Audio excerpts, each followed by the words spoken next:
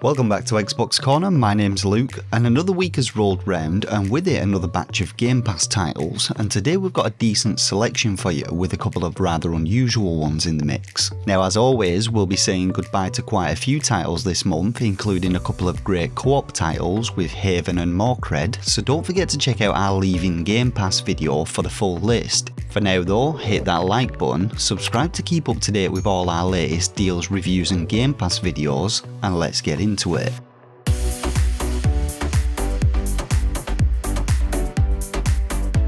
So first up, we've got a couple of quick updates for you, starting with one which you'll no doubt have heard about, which is the release of the Halo Infinite multiplayer beta. And while they have used the word beta with this to avoid any backlash should things go wrong with it, this is in fact more or less the full version of the game, except of course for the campaign mode, which will be added on December the 8th. The beta itself is available to play right now and can be downloaded directly from the Xbox Game Pass menu. Now our second update concerns the addition of cloud support for a couple of EA Play titles, the first being Dead Space, which in my mind was one of the best survival horror games on the Xbox 360, and the second being Dragon Age Origins, a classic RPG of the era, which again was critically acclaimed and well worth a play. It's worth noting that a whole bunch of other cloud games also received touchscreen support for mobiles and tablets this week, making them more accessible than ever on these devices. So on to our first new game now, called Next Space Rebels, and this one has quite a unique concept. It sees you starting off as a backyard rocket hobbyist, duct taping fireworks to random bits of junk and then firing them off for the laughs, but then you get involved with space activism, and as your skills develop and you receive funding from various beneficiaries, you'll be designing, building and launching rockets of increased complexity. Now from what I can tell, the game's story sees you using a social media platform known as StarTube, and in the beginning you'll be showcasing your antics on this to earn views and subscribers, but it will eventually become your soapbox to stand on, and alongside the activists known as the Next Space Rebels, you'll get to show the world what internet freedom really looks like. This one looks pretty awesome though. It's got a ton of live action cutscenes which really help drive the storyline and develop the characters that you meet, and if you're looking for something a little different to play this week, then Next Space Rebels will no doubt fit the bill.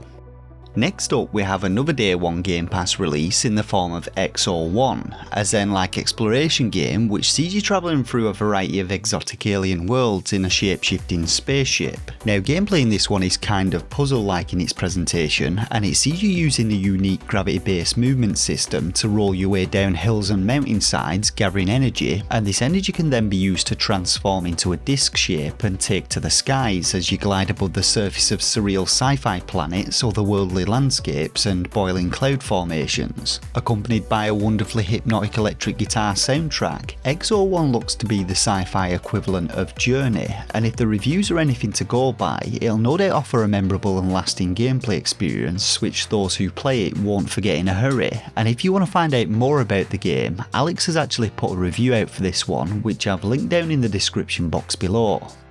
Fae Tactics is our next game, and if you're a fan of turn-based strategy games like Final Fantasy Tactics, then this one will no doubt be right up your alley. Now the game sees you playing as a girl called Peony, a young magic user who gets drawn into a growing conflict between man and a magical race of creatures known as the Fae, and you can expect a very story-driven adventure with this one, with plenty of battles to get stuck into. Unlike other similar games though, which usually just feature a class-based party system, Fae Tactics also has a kind of Pokemon type summoning system which allows you to collect Fae creatures and then summon them into battle using their elemental alignments to counter the enemies. Now the game features some wonderful pixel art, and its battleless menu system offers a faster gameplay experience than the likes of the aforementioned Final Fantasy Tactics. Its storyline also has various story arcs which can be explored in any order, and the game appears to keep things a little more simple and accessible, though there is still a decent amount of depth to its mechanics which should satisfy fans of the genre.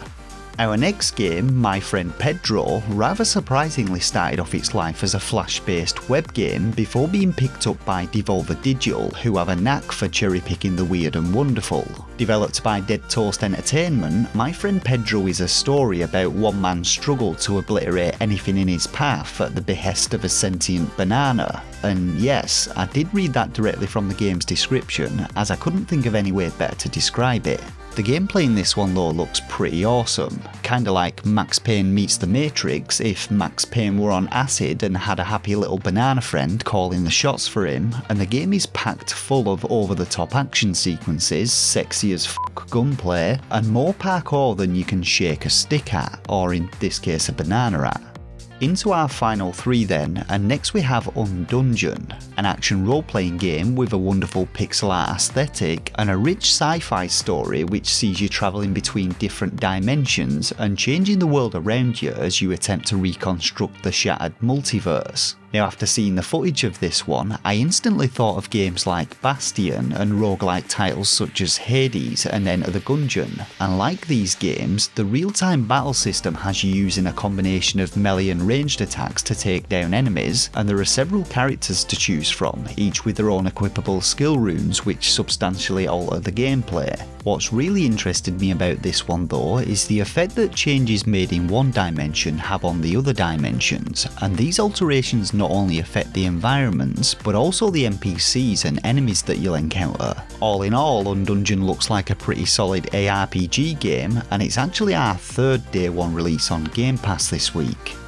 Our penultimate game in this week's list is another day one release with Deeeer Simulator, and much like Goat Simulator, this one is way out there when it comes to gameplay. Advertising itself as a slow life time destruction game, Deeeer Simulator sees you playing as a deer and utilising what it defines as deer specific attributes. These include your stretchy deer neck with which you can swing from pillar to post with like Spider-Man, and stabby antlers which you can stab and destroy anything and everything with, but you can also embrace the more human-like qualities of the deer, such as walking around on 2 feet or riding around on horseback. Let's be honest though, just like Goat Simulator, this one looks batshit crazy, and I really have no idea whether or not it has any kind of storyline for you to play through, but in all honesty, I'm not really sure if I actually care.